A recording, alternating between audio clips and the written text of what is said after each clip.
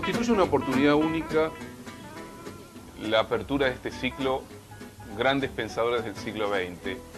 Única porque nos va a permitir meternos en la fábrica en la que se crearon algunos de los pensamientos decisivos de la segunda mitad del siglo que acaba de cerrarse. Vamos a escuchar a Claude Lévi-Strauss, a Jacques Lacan, a Michel Foucault, a Pierre Bourdieu, a Cornelius Castoriadis, entre otros, a Hannah Arendt, que nos van a permitir viajar por los mundos del psicoanálisis, la filosofía, la etnología, la ciencia de la naturaleza, la problemática más profunda de la vida, del lenguaje, de la política. Es decir, recorrer junto a estos pensadores extraordinarios aquello que sigue siendo fundamental para pensarnos hoy a nosotros mismos.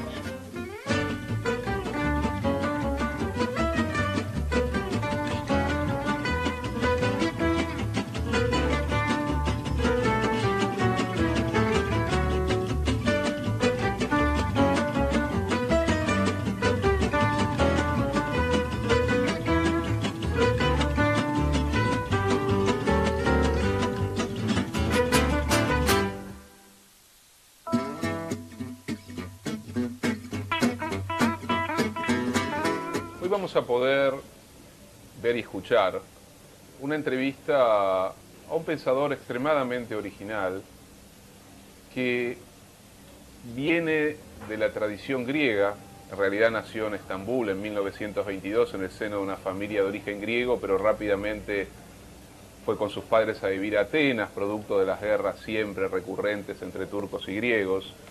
Se formó en Grecia, se educó en Grecia, que será algo bastante importante a lo largo de su vida. Castoriadis intentará construir un puente entre la Grecia de Atenas, del siglo V, antes de Cristo, de la época de Pericles, de Sócrates, de Eurípides, la gran Grecia de la invención de la democracia, y nuestra propia época. Pero decía que Castoriadis vivió con intensidad mayúscula, significativa, el siglo XX.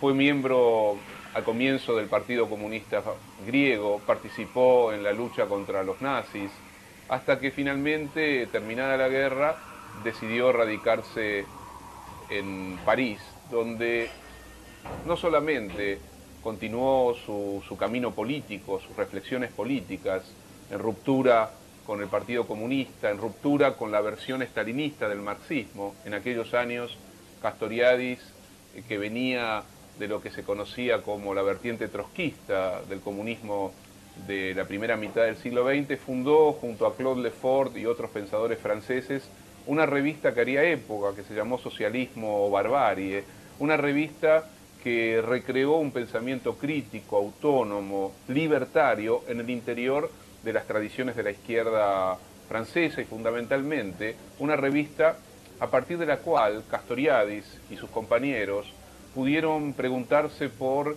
el sistema soviético, por la sociedad burocrática, pudieron interrogar críticamente el legado del pensamiento de Marx. Castoriadis fue avanzando en ese camino de indagación, trabajó como economista, se acercó lentamente al mundo del pensamiento de Freud, estuvo cerca del lacanismo francés, fue miembro de la escuela freudiana de París hasta que rompe con Lacan. Es decir, cruzó la filosofía, la política, las ciencias sociales, la economía, el psicoanálisis, y fue también un buen músico, un excelente pianista. Pero básicamente Castoriadis estuvo preocupado por un concepto que fue vertebrándolo a lo largo de varios años y que terminó probablemente en su libro fundamental, que es el concepto de la institución imaginaria de la sociedad. Castoriadis quiso pensar el magma constitutivo, la potencia creadora, la diversidad en el origen, rompiendo toda idea de determinismo, sea económico, social, jurídico o el que fuere. Para Castoriadis se trata de pensar la compleja trama a través de la cual sociedades humanas, bajo condiciones incluso semejantes, pueden desplegar formas completamente distintas de construcción y de creación cultural. Castoriadis fue un hombre que intervino permanentemente en el debate político de la Francia de la segunda mitad del siglo XX, murió en 1997, intervino muy activamente en los debates de la década del 60, en los debates en torno al estructuralismo, criticó furiosamente lo que él consideraba una filosofía que abandonaba el lugar del hombre, de la autonomía, incluso de una manera de entender la subjetividad como era la tradición estructuralista, básicamente desarrollada por Levi-Strauss. Pero Castoriadis también fue muy crítico de lo que él consideraba el marxismo dogmático, termina de salirse de Socialismo Barbarie, aquella revista fundada en los años 40, para iniciar ya un camino donde el núcleo libertario y autonomista de su pensamiento sería el eje vertebral de toda su obra.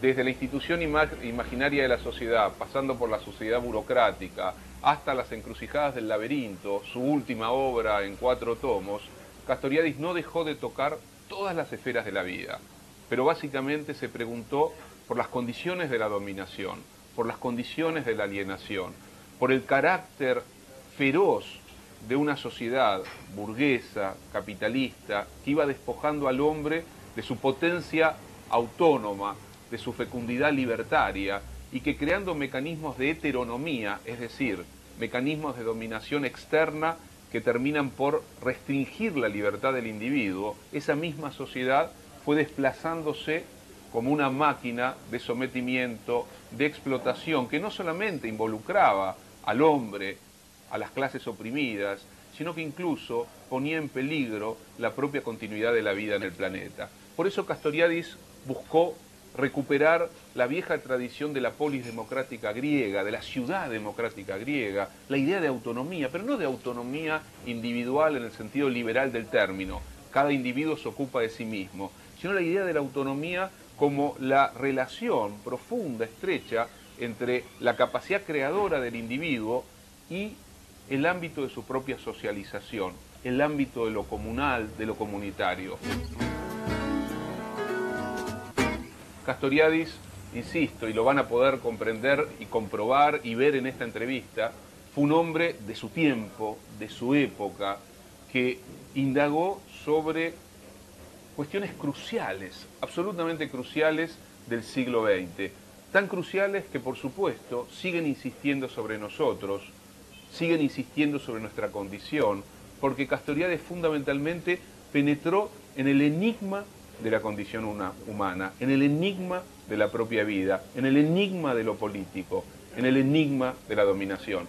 Los invito a que podamos de verdad disfrutar reflexivamente de las palabras de Cornelius Castoriadis en este programa en el que seguimos recorriendo el pensamiento de los grandes pensadores del siglo XX.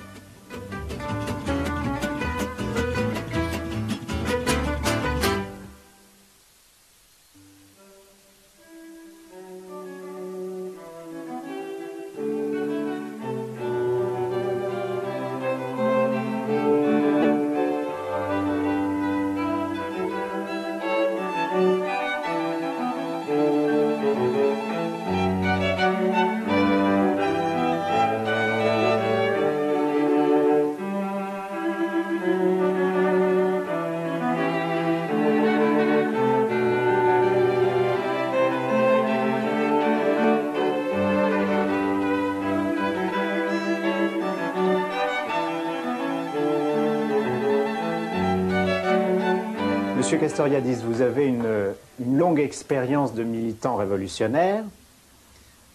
Vous pratiquez depuis de longues années la psychanalyse. Est-ce que, selon vous, il n'y a pas un mode d'être particulier du psychisme humain d'un côté, et de l'autre, est-ce qu'il n'y a pas aussi un mode d'être particulier du domaine de ce que vous appelez le domaine social historique? Commençons, si vous voulez, par les tentatives d'expliquer l'histoire et la société, que ce soit tentatives marxistes ou autres, qui essayent de ramener le fonctionnement de la société à certaines lois, lois non pas juridiques, mais lois sociales quasi-naturelles, et aussi le développement de l'histoire, l'évolution de l'histoire, également à des déterminations qui fixent la consécution des étapes historiques ou qui déterminent, du moins dans les gros traits, ce qui va se passer. Quand on creuse, ce que j'ai été amené à faire devant l'échec évident du marxisme pour interpréter les phénomènes de la société contemporaine, on constate que ces tentatives ne tiennent pas, ne sont pas vraiment tenables. Nous avons dans l'expérience de l'humanité, dans ce que nous connaissons, des milliers de sociétés, effectivement des milliers de variétés d'institutions de la société tout à fait différentes. Nous avons aussi une consécution de types de sociétés et nous constatons par exemple les tribus primitives qui vivent à côté l'une de l'autre dans le même environnement, avec à peu près les mêmes moyens techniques, etc., ont des croyances et une institution de la société, ce que j'appelle des significations imaginaires sociales, des normes, des valeurs, de façon de vivre, de façon d'élever les enfants, qui sont radicalement autres, que nous englobons ensemble en disant c'est des primitifs, c'est des sauvages, etc., mais qui, considérés intrinsèquement pour les gens qui les vivent, et même pour un bon ethnologue, sont tout à fait différents. Nous constatons également, par exemple, que la différence qu'il y a entre la société contemporaine et la société grecque ou romaine ancienne, ou la société florentine ou autre à la Renaissance, ne sont pas simplement ni des différences dans le développement technologique de ces sociétés, ni des différences dans une prétendue superstructure qui découlerait de cette base. Nous constatons précisément, par exemple, que cette importance centrale, cardinale, qu'attache le monde contemporain au développement de la technique, d'une science technicisée, de l'économie, de la production, etc., est une création de la société moderne. Elle n'est pas là dans toutes les sociétés humaines. Les sociétés humaines s'orientent suivant d'autres valeurs, d'autres significations, et leur institution est accordée à ces autres significations qu'elle pose. L'institution de la société, c'est chaque fois l'œuvre propre de la société considérée, et cette œuvre découle, si je peux dire, de ce que j'appelle l'imaginaire inscription. À partir du moment où nous avons un collectif humain qui doit vivre ensemble, où les individus doivent vivre ensemble, on reviendra sur la question des individus, il émerge un langage, il émerge généralement des croyances religieuses, il émerge des lois, des valeurs, des normes, des orientations de la vie, etc. Nous ne pouvons pas, et l'enquête historique et ethnologique le montre, réduire toutes ces significations et ces institutions à des causes, dans un sens tant soit peu précis du terme. Donc il faut revoir la notion d'explication historique. Il faut absolument revoir la notion d'explication historique, et là nous rencontrons tout de suite une de ces complexités qui rendent à mes yeux la philosophie et la réflexion passionnantes, c'est qu'il y a les deux éléments qui sont toujours tissés ensemble. D'un côté, nous avons certainement des consécutions causales, des activités qui sont rationnelles au sens qu'elles visent à un certain résultat et que pour obtenir ce résultat, elles tentent toujours de choisir les meilleurs moyens, etc., etc. Mais cette dimension n'est qu'une des dimensions et elle est constamment pénétrée, arrosée, si je peux dire, perméée par une autre dimension qui est la dimension imaginaire. Quand quelqu'un essaye de la façon la plus rationnelle possible, étant donné les moyens dont il dispose, à obtenir une fin, pourquoi c'est cette fin-là et pas une autre? Pourquoi les Égyptiens consacrent cette énorme quantité de ressources à construire des pyramides et non pas, je ne sais pas quoi, à étendre les forces productives ou à augmenter le bien-être général, etc. Pourquoi les Parisiens au XIIe siècle consacrent cette quantité fantastique de ressources à construire Notre-Dame ou les Chartrois, la cathédrale de Chartres, etc. Ben, parce que ce qui donne sens à leur vie, dans le deuxième cas par exemple, c'est la religion chrétienne. Bon. Il y a par conséquent une créativité de l'imaginaire collectif, qui est l'imaginaire instituant, qui pose des significations, qui pose des institutions, dans lesquelles les institutions, ces significations s'incarnent, et qui est créateur au sens que ces significations, ces institutions, on peut dire vraiment qu'elles viennent ex nihilo. Pas? Oui, elles ne découlent pas mécaniquement d'un passé, ni mécaniquement, d'un héritage. Oui. Ni fonctionnellement, ni logiquement. Et comme telles, elles n'ont aucune fonctionnalité. La seule fonctionnalité, si on peut l'appeler ainsi, c'est qu'avec elles, chaque société construit un monde qui lui est propre. Parce que là, il y a quelque chose, alors là on en vient à l'autre côté, au côté psychique, il y a quelque chose qui est incontestablement une constante de l'histoire humaine, qui est la seule chose à laquelle on pourrait attribuer le qualificatif d'un attribut naturel de l'homme ou d'une nature humaine. C'est bien entendu que l'être humain est une psyché. Je me réfère par là, si vous voulez, disons pour vous comprendre facilement, à l'inconscient freudien, mais pris dans son acception la plus profonde, n'est-ce pas? Cette psyché, elle n'est pas simplement des pulsions, parce que les pulsions au sens vulgaire des instincts sont là chez les mammifères, elles sont là même chez tous les animaux, etc. Cette psyché est essentiellement imagination radicale. Et cette psyché, c'est un flux que nous pouvons constater chacun de nous sur nous-mêmes, un flux incessant de représentation, de désir et d'affect, un flux qui est largement immotivé, qui peut être conditionné par ceci ou par cela, mais qui n'est pas causé par ceci ou par cela, qui peut aller de la rêverie la plus triviale ou la plus innocente, jusqu'à l'invention ou la création la plus extraordinaire, la plus géniale, etc. Bon. Alors, cette psyché humaine commence dans le nouveau-né, sous la forme de ce que j'appelle la monade psychique, c'est-à-dire un monde clos sur lui-même, qui rapporte tout à soi-même, qui ne peut vivre que en essayant de produire toujours des représentations qui lui fassent plaisir, et pour lequel ces représentations qui lui font plaisir et qu'il recherche sont le prototype du sens. Du sens pour l'individu. Ça fait sens, ça veut dire ça rentre dans une place où l'ensemble est plaisant. Bon, et ça ne fait pas sens, ça veut dire ça ne rentre pas et ça produit une situation globale qui est déplaisante.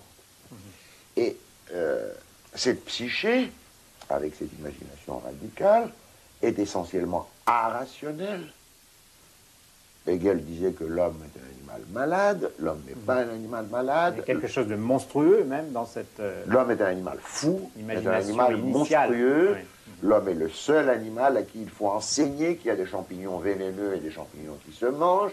L'homme est le seul animal qui est capable de trébucher. Les animaux ne trébuchent pas, sauf les chevaux que nous avons domestiqués, donc que nous avons obligés à dégénérer, si je peux dire. La psyché humaine n'est pas fonctionnelle. La psyché humaine cherche le plaisir, et ce plaisir est pour elle en même temps le sens. Si cette psyché humaine était laissée à elle-même, l'espèce humaine aurait disparu.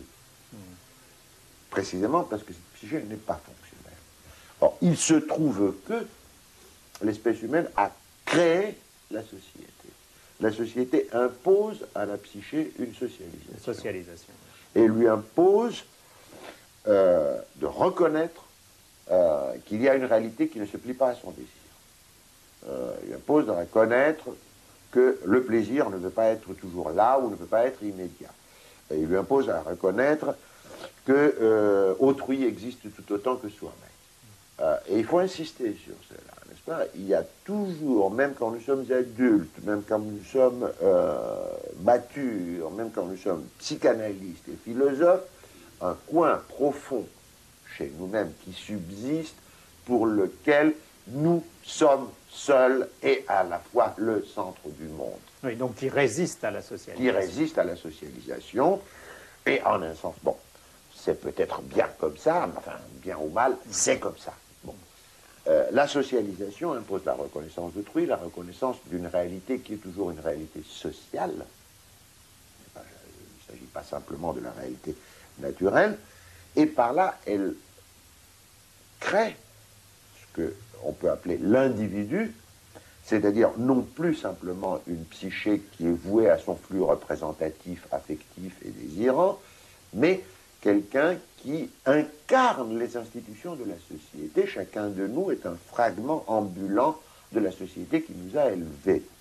La société, en un sens, est toujours déjà là. Elle socialise les nouveau-nés qui la font continuer et qui éventuellement l'altèrent, n'est-ce pas? C'est ça. Et, et cette altération, c'est l'histoire. Alors, cette dimension, c'est ce qu'on peut appeler, bon, on peut l'appeler la philosophie du social historique et du psychique. On peut l'appeler aussi la dimension anthropologique, et elle est tout à fait fondamentale à plusieurs égards.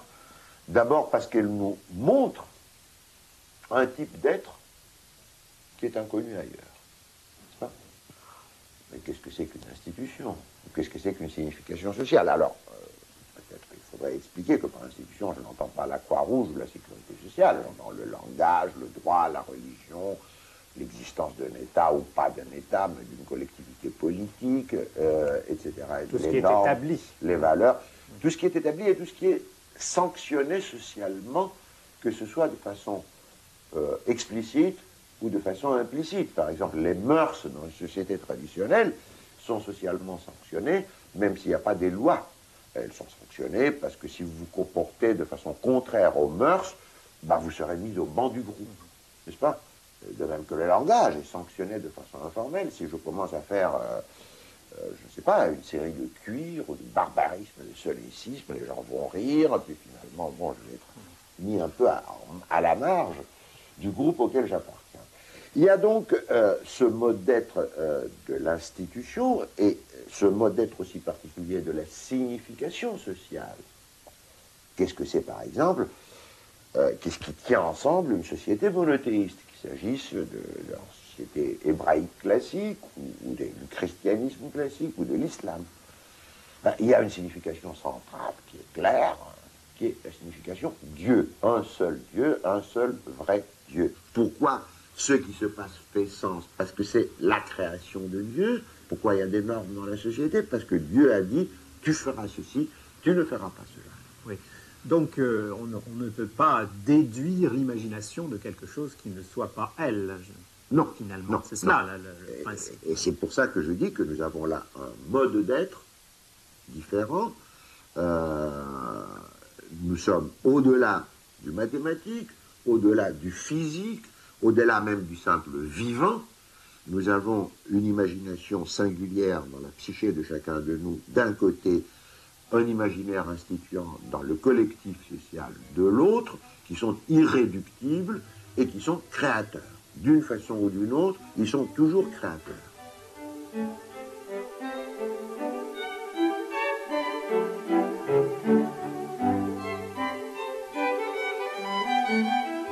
Monsieur Castoriadis, vous êtes philosophe, et de plus vous êtes d'origine grecque. Aristote est peut-être le premier des grands philosophes à avoir posé clairement la question « qu'est-ce que l'être ?» Voilà une question qui, pour vous, n'est pas vraiment séparable de la notion de création. Et pourquoi?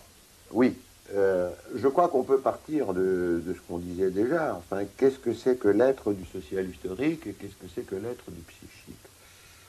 D'abord, ça se déploie sur un niveau d'être qui est inconnu ailleurs, inconnu en physique, en biologie, etc. Ce niveau, c'est le niveau de l'imagination et de l'imaginaire, c'est-à-dire des significations ou du sens pour la psyché, des idéalités, c'est-à-dire des objets qui sont extrêmement efficaces dans la société et ils ne sont pas perceptibles. Les gens se tuent pour leur patrie, par exemple, ou se tuent pour leur religion. Bon, ça, c'est pas biologique. Pourquoi ils se tuent? On dirait qu'ils ont été dressés comme ça. D'accord, ils ont été dressés, mais ils ont été dressés en fonction de quoi? En fonction d'une signification, qui est la signification patrie ou religion, et en fonction d'un système de valeurs et de normes qui dit que toutes les autres valeurs sont subordonnées à celle-là et rien n'a de sens si, par exemple, je ne sais pas quoi, les musulmans ou les chrétiens envahissent, ou les juifs envahissent notre pays, nous obligent à changer de religion, etc. Bon. Alors, nous avons donc là un niveau qui est propre et qui est même substantiel, si je peux utiliser ce terme, puisque nous voyons qu'il est l'origine de processus. Il est cause. Il devient cause de choses qui ne seraient pas sans lui, n'est-ce pas? Cause originaire. Cause originaire, cause irréductible. Bon. Alors, mais ça montre d'abord qu'en lui-même, dans ce niveau, nous avons constamment, ça ne veut pas dire à toute seconde, mais d'une certaine façon, nous avons de façon récurrente la création. Nous avons une nouvelle société qui apparaît. Nous avons la Révolution française, nous avons l'évolution actuelle de la société. Nous avons à un moment donné en Grèce l'émergence de la cité par rapport à la société homérique, quelque chose de très différent. Puis la création d'une cité démocratique, de la philosophie, de l'enquête rationnelle, etc. Tout cela, c'est des créations qui ne sont pas réductibles à autre chose. Mais ce niveau lui-même, nous ne pouvons le penser autrement que comme une création de l'être. C'est quelque chose qui émerge à un moment donné. On ne peut pas dire qu'en mettant ensemble toutes ces molécules, il y aura de l'humain, n'est-ce pas? C'est une condition nécessaire de mettre ensemble toutes ces molécules organiques, mais elle n'est pas suffisante. Nous sommes obligés de penser l'être autrement que ne le pensait la philosophie héritée. Nous ne pouvons pas le penser simplement comme un système de détermination. Nous ne pouvons pas le penser comme un ensemble d'objets dont les relations et les propriétés sont chaque fois absolument fixées. Délimité, défini. Défini, délimité. Il y a au centre de la philosophie héritée, de la pensée héritée, cette idée qui est là, qui est explicitée d'ailleurs par les grands philosophes, aussi bien par Aristote que par Kant, par exemple. Dire de quelque chose qu'elle est, c'est dire qu'elle est absolument déterminée. Kant ajoute, par rapport non seulement à tous les prédicats donnés, mais à tous les prédicats possibles. Voilà. Alors, eh bien, nous constatons que, d'abord, l'être n'est pas déterminé en ce sens qu'il fait surgir de nouvelles déterminations, des déterminations qui ne peuvent pas découler de ceux qui étaient là auparavant. Et deuxièmement, que dans ce qui est ainsi créé, nous constatons, par exemple, dans le champ social historique et psychique, que ces nouvelles formes qui sont créées, la forme société, par exemple, ou la forme psyché humaine, même socialisée, intrinsèquement sont telles que tout n'y est pas déterminé. Je veux dire par là, par exemple, je ne vais pas entrer dans la discussion du libre arbitre, mais je pense que la psychanalyse montre, et Freud le rencontrait aussi bien, que nous pouvons établir des enchaînements, des liaisons d'un élément avec un autre dans la vie psychique. Nous ne pouvons pas expliquer littéralement pourquoi un tel a développé telle névrose ou telle psychose. Nous ne pouvons pas expliquer dans une cure psychanalytique pourquoi tel rêve vient à tel moment de la cure et pas à un autre. Nous ne pouvons pas interpréter intégralement un rêve. Il y a ce que Freud appelait l'ombilique du rêve, par où, disait-il dans une très belle phrase, les pensées du rêve se perdent dans la jungle de nos pensées inconscientes. Bon. Cela veut dire quoi? Cela veut dire, et là je prends encore l'exemple aussi bien du social historique que du psychique, que dans tous les domaines de l'être, nous avons une dimension qui est une dimension de déterminité, de détermination, sans laquelle on ne pourrait rien dire, et qui correspond à ce que j'appelle la logique ensembliste identitaire. Pourquoi logique ensembliste? Parce que, précisément, dans la théorie des ensembles, on voit cette logique à l'œuvre de la façon la plus claire. Un élément appartient à un ensemble ou n'appartient pas à un ensemble. Entre un ensemble et un autre ensemble, il y a telle relation, il y a une application, comme on dit en mathématiques, ou il n'y a pas une application. telle partie d'un ensemble présente telle propriété ou ne présente pas telle propriété. C'est une logique binaire d'une certaine façon. C'est une logique binaire, mais les choses ne changent pas si c'est une logique à multiplicité de valeurs, à condition que cette multiplicité soit finie. Et ça, Aristote le savait déjà. Il le dit dans la métaphysique. Bon, et les logiciens modernes aussi. Mais ce que nous avons précisément... Alors, cette dimension est très importante. C'est par exemple celle qui fait que l'être, en général, est à la fois chaos et cosmos. C'est-à-dire, il est à la fois irréductible à un ensemble de déterminations systématiques, il est stratifié, il est morcelé, le vivant n'est pas réductible au physique, le mathématique est à peu près partout présent, mais il est présent avec des degrés de pertinence différentes, mais ce chaos est aussi cosmos, c'est-à-dire il est monde, il est ensemble au sens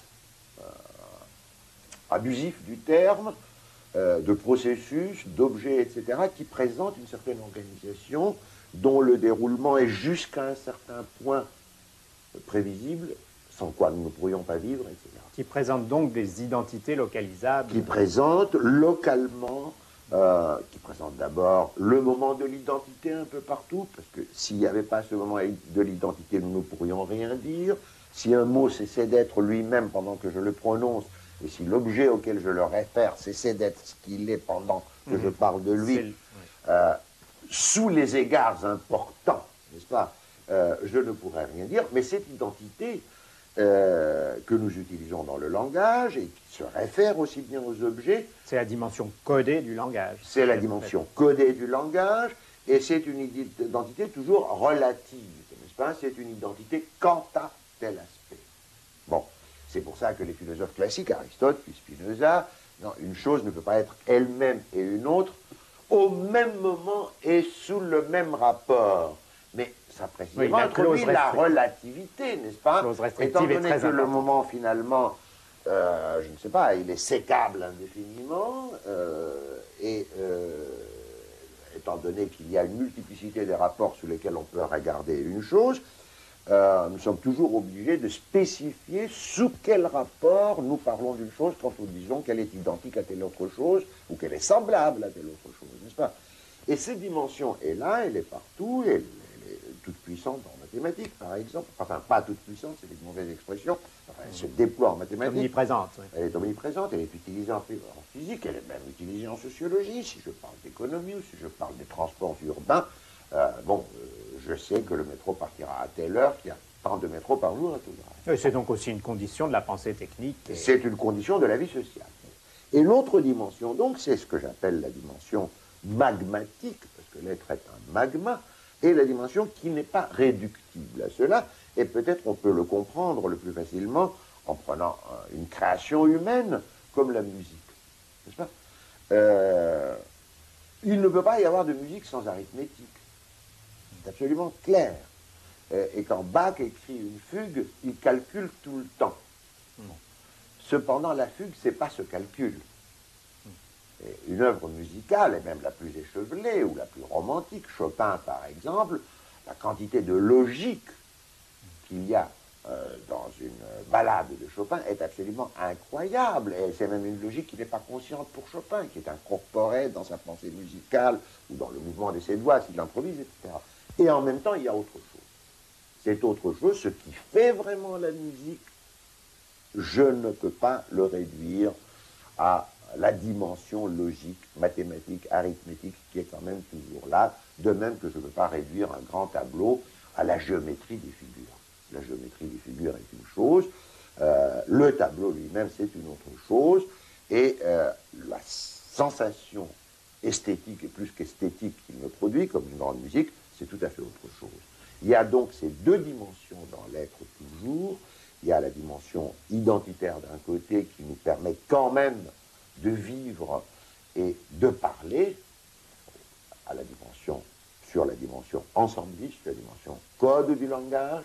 Il y a la dimension proprement créatrice, la dimension magmatique, qui est irréductible à la logique et qui pose chaque fois si on peut utiliser la métaphore, les axiomes, les principes, les formes, à partir desquels aussi un travail logique devient possible. C'est pour ça que je dis que la détermination essentielle de l'être, qui a échappé à la philosophie traditionnelle, c'est la dimension création. Et si on parle création, on parle évidemment aussi du temps.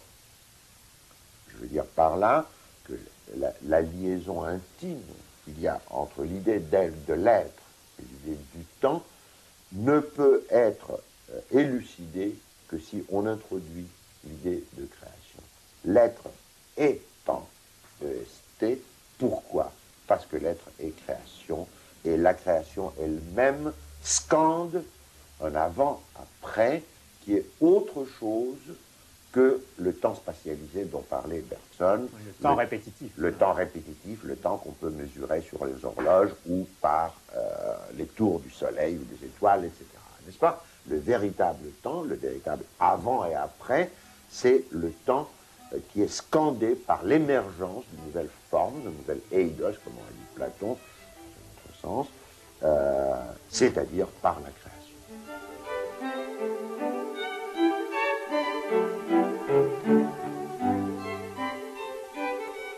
Monsieur Castoriadis, le monde dans lequel nous vivons, c'est-à-dire ce qu'on peut appeler le monde contemporain, comme n'importe quel monde social, il est fondé sur un certain nombre de significations imaginaires.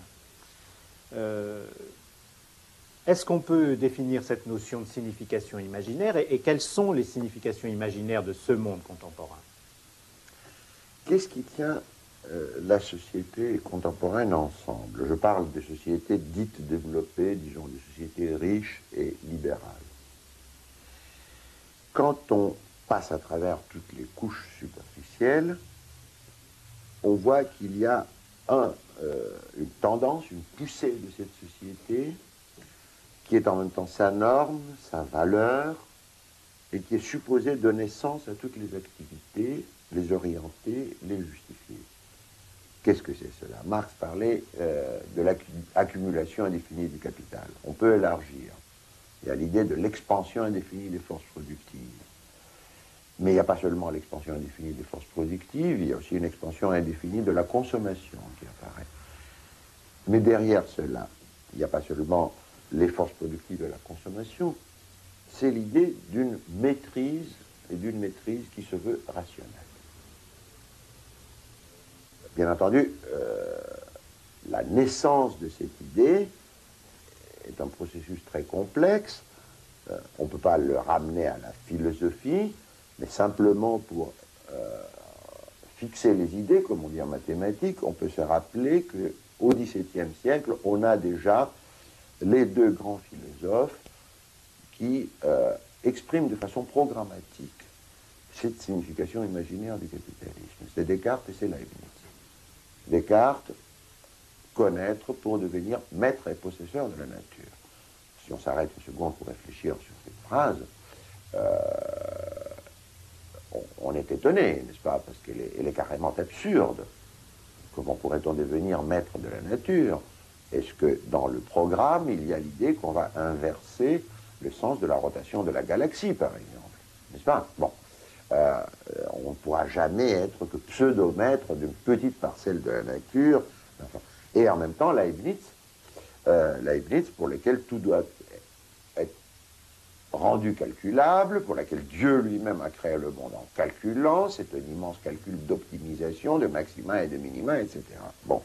Mais en réalité, il y a aussi toute une série d'autres processus qui se déroulent avant même Descartes, avant Leibniz. Il y a une tentative de rationaliser, par exemple, l'entraînement de soldats que déroule par Maurice de Nassau, publie un manuel de l'entraînement des soldats qui est pratiquement des méthodes tayloriennes pour entraîner les soldats et qui est publié vers 1590, c'est-à-dire avant que Descartes naisse lui-même. Il y a les horlogers, il y a les techniciens, il y a les rois qui essayent de rationaliser la gestion de leur royaume, le gouvernement, en France notamment, mais en Angleterre aussi bien, en Espagne, etc., la nouvelle bureaucratie qui se crée. On dirait qu'il y a cet ensemble d'institutions et de significations qui surgissent à partir de ce moment-là, que personne n'a voulu comme tel, et qui produisent l'univers capitaliste comme un univers qui essaye de maîtriser les forces productives, la journée de travail de l'ouvrier, les attitudes du médecin quand il fait une opération, la façon dont un enseignant va faire son enseignement en classe, la façon dont les consommateurs vont consommer ce qu'ils vont consommer, etc., etc. Bon. Maîtrise, comme je le disais déjà à propos de Descartes, qui est une pseudo-maîtrise, parce que finalement la nature résiste, et l'être humain lui-même résiste. Donc pseudo-maîtrise, maîtrise qui est suffisante jusqu'à un certain point pour que le système fonctionne, et maîtrise qui se veut rationnelle. Nous n'avons pas, comme aurait pu être le cas d'un chef d'une tribu africaine, quelqu'un qui veut la maîtrise du monde moyennant des opérations magiques, ni comme pour Alexandre, la maîtrise du monde par la conquête militaire. Il ne s'agit pas de ça. Il s'agit d'une maîtrise qui va être réalisée par des moyens, par l'application des moyens rationnels. Rationnels en quel sens?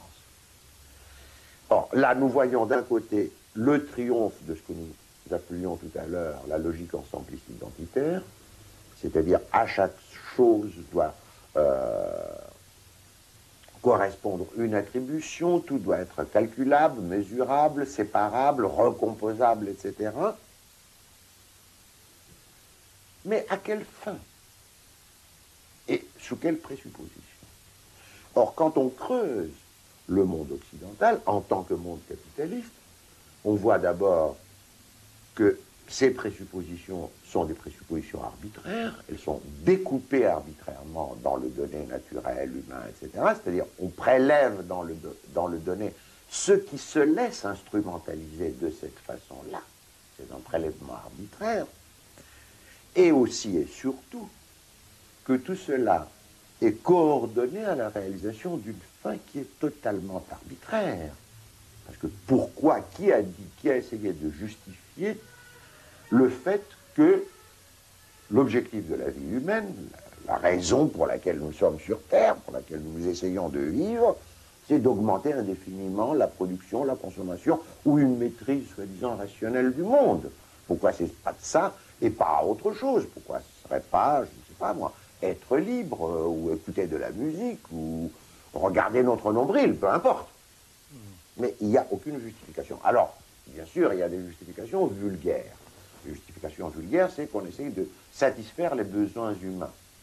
C'est une réponse tout à fait risible, parce que ces besoins sont manufacturés eux-mêmes par cette société. Et on voit que l'expansion de cette société sur l'ensemble de la planète n'est pas simplement une pénétration du capital au sens traditionnel. Avant qu'il y ait, ou en même temps qu'il y a pénétration du capital, il faut qu'il y ait pénétration des modes de vie, des modes de consommation capitalistes. Il faut que les gens apprennent que ce qu'il leur faut, c'est pas ce que leur père mangeait ou la façon dont leur grand-mère s'habillait. Non, il leur faut ce qui est produit par l'industrie moderne, etc. Oui, il n'y a donc pas de nécessité naturelle qui soutienne ces aucune... choix, au fond. Absolument pas. Et quelle est la nécessité naturelle qu'on change de voiture tous les 3 ans? Et pourquoi le système s'est orienté de telle façon qu'il produit des voitures et des frigidaires, etc., qui nécessairement s'usent et sont obsolètes au bout d'un certain temps pour que le système puisse continuer à tourner et pour que le consommateur soit forcé, pour ainsi dire, comme on l'est, à changer de frigidaire, tout simplement parce qu'il n'y a plus de pièces de rechange pour l'ancien. Bon. Donc il y a un triomphe de la logique ensembliste identitaire, c'est-à-dire du rationalisme le plus plat dans cette signification imaginaire du capitalisme, et en même temps une démonstration de l'inanité de cette logique, c'est-à-dire du fait qu'elle ne peut pas rendre compte d'elle-même, qu'elle est arbitraire dans ses présuppositions, qu'elle est arbitraire dans ses fins. Mais le monde moderne ne serait pas le monde moderne, ou le monde contemporain, s'il n'y avait que le capitalisme. Parce que le capitalisme comme tel n'aurait pas produit, par exemple, ce qui est l'autre grande caractéristique du monde moderne, qui est, disons, la dimension libérale. Je récuse le terme démocratique parce que je pense que les régimes sous lesquels nous vivons ne sont pas véritablement démocratiques, on s'expliquera si vous voulez par la suite là-dessus, mais il y a la dimension libérale. Or, le capitalisme ne tend pas à produire ces dimensions, là il y a une démagogie qui se fait actuellement qui est tout à fait risible. Le véritable esprit du capitalisme, c'est l'esprit de l'usine capitaliste. Dans l'usine capitaliste, on vous dit ce que vous avez à faire et vous le faites et puis c'est terminé. Bon, il n'y a aucune liberté là-dedans. Bon. La liberté, pour autant qu'elle existe dans le monde moderne, elle est le résidu de grands mouvements historiques qui étaient inspirés par l'autre grande signification du monde moderne, qui remonte au grec d'ailleurs, qui est le projet d'autonomie. Autonomie individuelle, autonomie sociale. Qu'est-ce que ça veut dire autonomie? Autos nomos, se donner ses lois soi-même. Autonomie, ça ne veut pas dire faire n'importe quoi ou ce qui vous chante. Ce n'est pas le règne du désir. Ça, c'est une aberration. Mais c'est pas la spontanéité. C'est pas la spontanéité brute et aveugle. Il y a le terme nomos là-dedans, loi. Je me donne une loi, mais je me la donne. Et je me la donne comment? Bon, je me la donne de façon réfléchie et réflexive et après délibération. Or, ce projet d'autonomie veut dire non seulement qu'on veut éliminer la monopolisation du pouvoir par quelques-uns dans le domaine politique, mais qu'on veut aussi éliminer toute autorité qui refuse de rendre raison d'elle-même au plan de la pensée.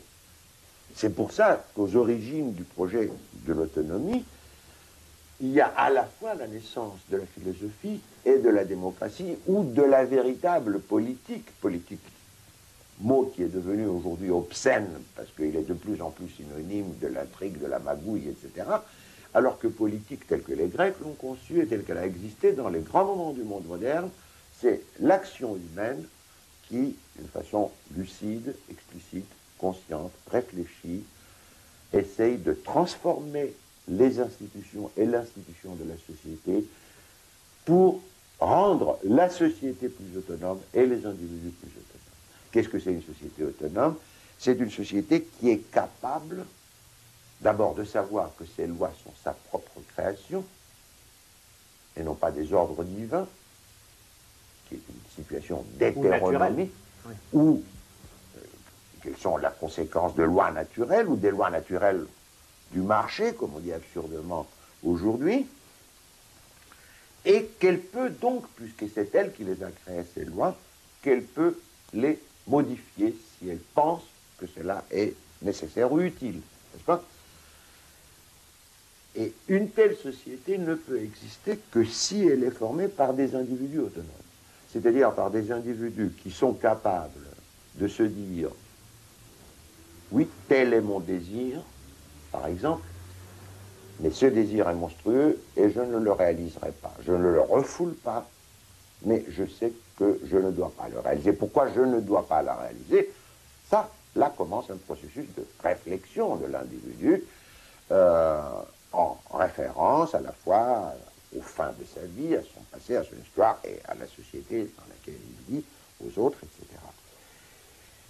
Et en même temps, un individu autonome est quelqu'un qui est capable de dire « mon maître m'a dit cela » ou dans le livre, qu'il s'agisse de l'Ancien ou du Nouveau Testament ou du Capital de Marx ou de l'interprétation de de Freud, il est dit cela, est-ce que moi je pense que cela est vrai? Un individu autonome est quelqu'un qui est capable de penser librement, n'est-ce pas? Or, ce projet d'autonomie créé en Grèce ancienne pour la première fois, fragmentairement bien sûr, mais enfin qui a quand même donné la philosophie à la démocratie, ressurgit dans les temps modernes, il ressurgit très tôt, avant même la Renaissance. Il ressurgit à partir du moment où la bourgeoisie essaie de constituer des communes qui s'autogouvernent, arrachent des libertés à la monarchie, etc. Ça devient aussi un mouvement philosophique, les philosophes remettent en question les vérités héritées, ça donne lieu à la naissance de la science moderne, à partir du moment où on écarte l'autorité aussi bien de la Bible que ce qu'on croyait être l'enseignement d'Aristote. Puis il y a les grandes révolutions du XVIIe, du XVIIIe, puis il y a le mouvement ouvrier dans le XIXe et le XXe siècle. Et là, il faut dire, il y a aussi une tangente monstrueuse que prend ce mouvement d'autonomie, à partir d'un certain moment. Je ne veux pas m'étendre là-dessus, j'ai longuement écrit sur la question. C'est à partir de Marx, du marxisme, puis du marxisme-léninisme, du communisme, où ce projet d'autonomie se transforme, se renverse absolument son contraire, à une tyrannie totalitaire. Mais il y a aussi quand même les grands mouvements grâce auxquels, la Révolution française ou le mouvement ouvrier, la société contemporaine est ce qu'elle est, et non pas une espèce d'immense fabrique Oui. capitaliste dans laquelle tout le monde fait ce qu'il doit faire d'après le plan de production, ce qui serait le véritable esprit de capitalisme.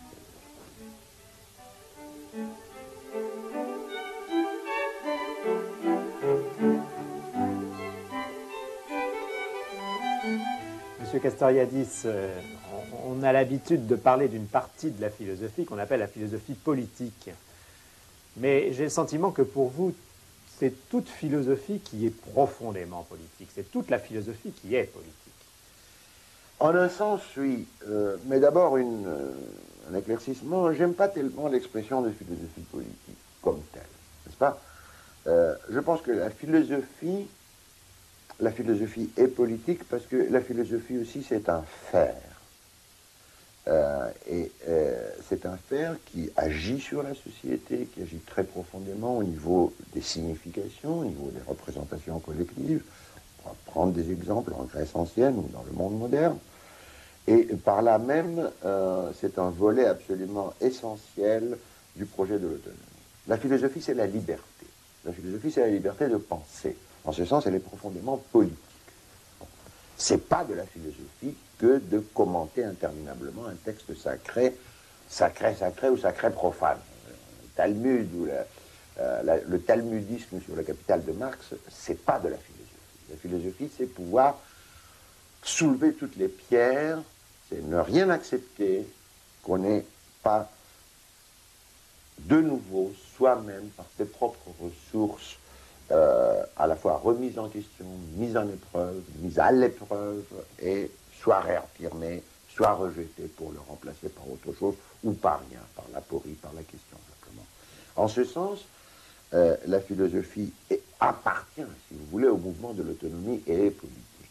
Mais il n'y a pas de philosophie politique parce qu'on ne peut pas tirer de la philosophie les principes d'une institution de la société, sauf dans un sens tout à fait particulier, n'est-ce pas? Si je veux penser librement, ça veut dire que je veux être libre. Si je veux être libre, je ne peux pas limiter cette liberté au seul domaine de ma réflexion. Mais il n'y a pas de dérivation d'une politique à partir de la philosophie. Il y a simplement, si je veux une société dans laquelle la philosophie soit possible, je dois vouloir une société libre, c'est-à-dire une société autonome.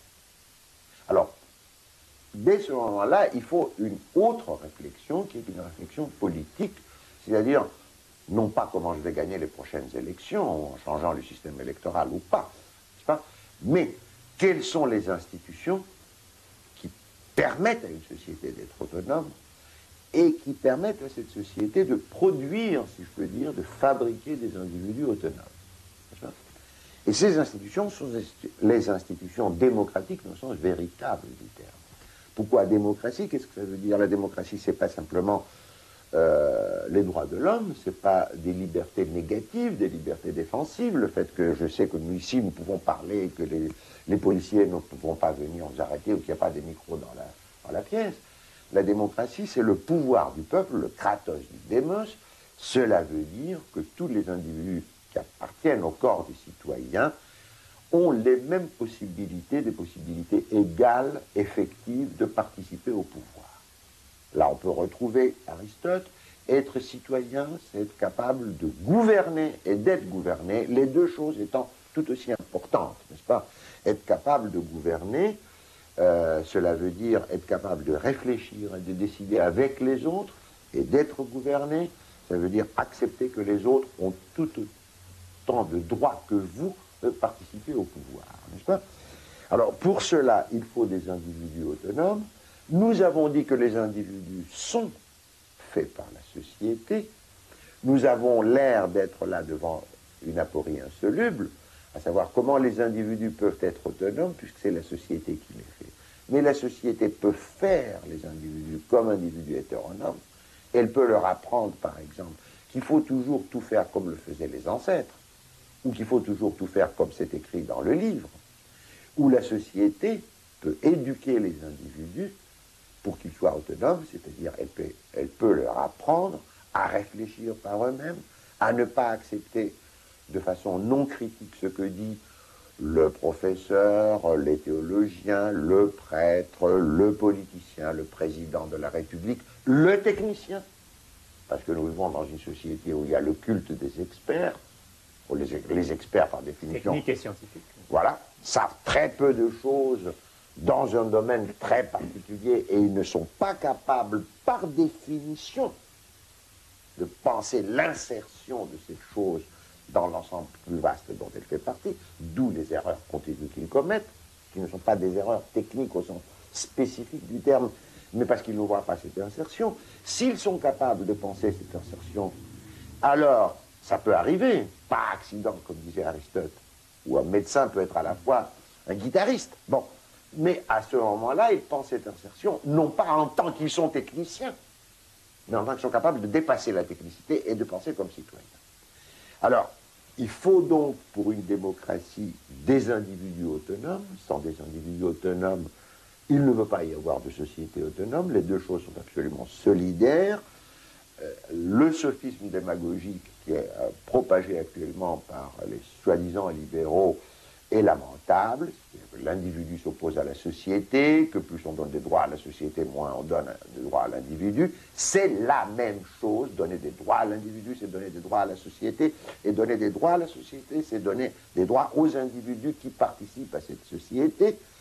Et il y a une éducation des individus vers l'autonomie qu'une société démocratique seule peut faire et qu'elle doit faire, c'est cette éducation dont je parlais tout à l'heure, c'est-à-dire éducation vers la réflexivité, vers la responsabilité, vers la participation aux affaires communes, sans lesquelles on est esclave.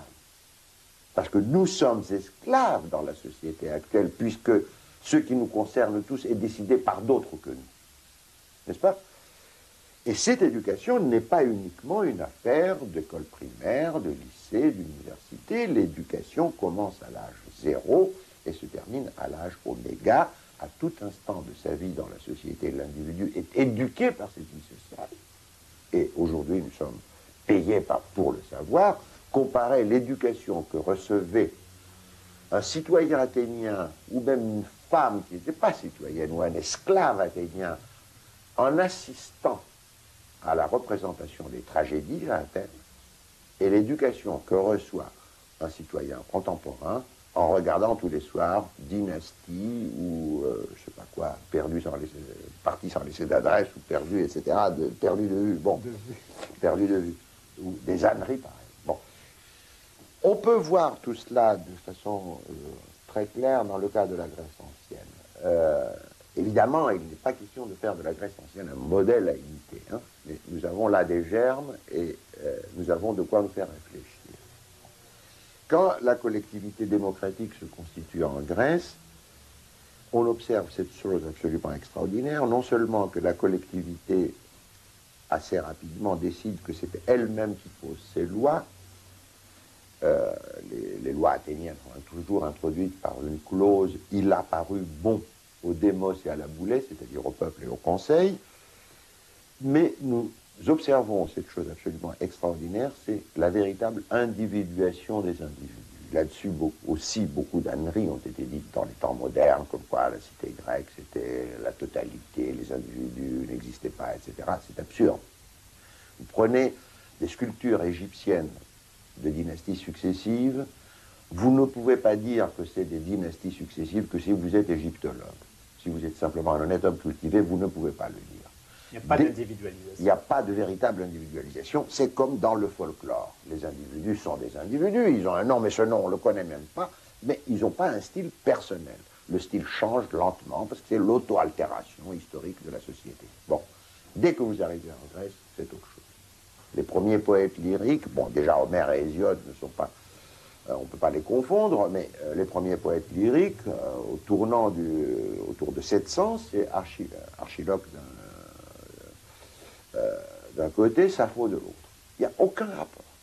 Il n'y a aucun rapport. Les individus sont individués. Il y a un style personnel, il y a un nom personnel, et en même temps, dès qu'il y a, par exemple, la philosophie, ce que je disais sur la philosophie comme liberté, vous avez la mise en question de l'institution sous forme de mise en question des représentations instituées. dès les premiers philosophes, Xénophane, Héraclite. Vous avez des penseurs qui vous disent ce que les Grecs racontent dans leur mythologie, c'est des racontards, c'est des fables. C'est pas possible que ce soit comme ça. C'est pas possible que les dieux aient une figure humaine, dit Xénophane. C'est pas possible, dit Héraclite, que les dieux fassent ce qu'Homère dit ce qu'ils font, n'est-ce pas, etc., etc.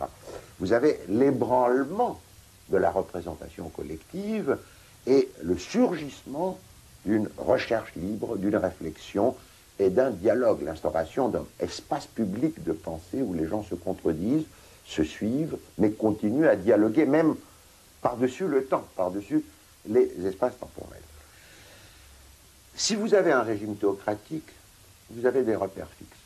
Vous savez ce qui est à faire et ce qui n'est pas à faire. Ça ne veut pas dire que sous les régimes théocratiques, il n'y a pas les crimes les plus atroces qui soient commis. Mais la société, crime ou pas crime, monstruosité ou pas monstruosité, est certaine de son affaire, n'est-ce pas? Et les individus aussi.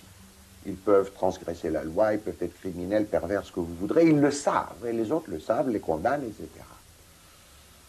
Au plan individuel, si je suis vraiment libre, c'est à moi de me fixer ma conduite. Hein? On me dit tu ne dois pas voler, tu ne dois pas tuer, etc. Je me demande pourquoi. Je réponds, effectivement, je ne dois pas tuer, et probablement je ne dois pas voler. Bon. Mais il y a d'autres choses qu'on me disait il y a 30 ans, par exemple.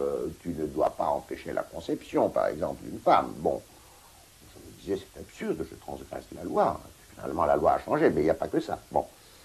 Mais pour une société, c'est la même chose pour une société démocratique. Elle ne peut pas se référer à une source extra-sociale qui donnerait la norme de la norme. Le critère des lois. Ces lois sont bonnes, ces lois ne sont pas bonnes. Elle doit trouver la réponse en elle-même.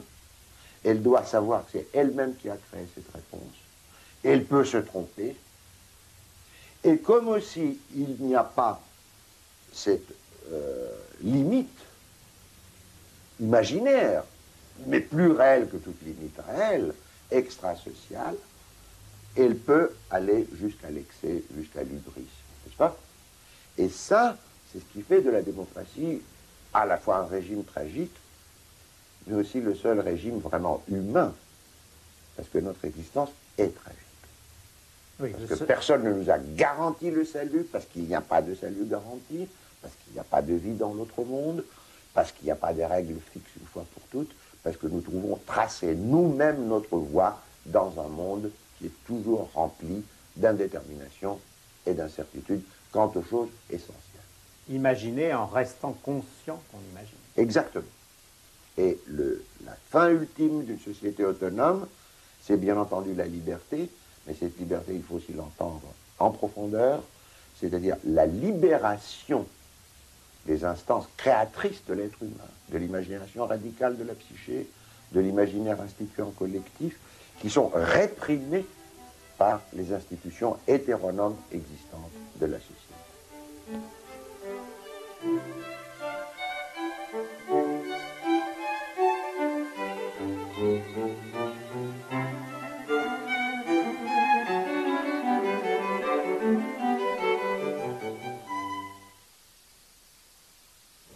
Les decía que Castoriadis fue un pensador multifacético que atravesó los caminos de la filosofía, del psicoanálisis, obviamente también de la reflexión y de la actividad política, que se detuvo a indagar el funcionamiento de la sociedad y que fue construyendo algunos conceptos claves, decisivos para seguir pensándonos a nosotros mismos. Les nombraba el concepto de autonomía, esa puja de dos categorías claves del pensamiento de Castoriadis como fueron autonomía y heteronomía. La autonomía como ese ejercicio de la libertad crítica, autorreflexiva, de una razón que puede indagar por las propias certezas y poner en cuestión el orden del mundo. Y la heteronomía como el mecanismo de dominación, lo que está afuera. Puede ser el sacerdote, puede ser el político, puede ser el militar, puede ser el sistema de opresión, el trabajo, el capitalismo. Pero la idea de un individuo entramado socialmente que busca los caminos de su propia libertad a través de su reflexión autonómica. Castoriadis también y fundamentalmente buscó desentrañar cómo funciona un sistema de opresión. Su primer tiempo político estuvo ligado, les decía, a la experiencia del comunismo griego. Después, en ruptura con esa experiencia, es uno de los que, de modo más original y anticipadoramente, va desmembrando la maquinaria del totalitarismo stalinista. Va pensando cómo funciona el sistema soviético, su decadencia, su burocratización. Pero después, el Castoriadis de los años 60, 70, 80, fue un hombre preocupado por indagar por la condición humana. Las encrucijadas del laberinto son eso, la experiencia de alguien que se interna en un laberinto sabiendo que no hay salida garantizada y que cada momento del laberinto nos pone delante de una interrogación, de una encrucijada, de una puesta en cuestión. Les recomiendo efusivamente, porque se están editando, los seminarios de Castoriadis, el Castoriadis que enseña en Francia, y sobre todo el Castoriadis que vuelve a la antigüedad griega para mostrarnos la relación entre Heráclito, entre Platón, entre Sófocles, entre Homero y nosotros. 2500 años de distancia, pero que se rompen a través de las palabras fascinantes de un pensador que nos muestra que la actualidad del pasado sigue insistiendo sobre nuestro propio presente. Por eso, escucharlo a Castoriadis a través de esta entrevista fue, ¿por qué no?, de vuelta, un enorme privilegio y una satisfacción. Nos vemos en un próximo programa.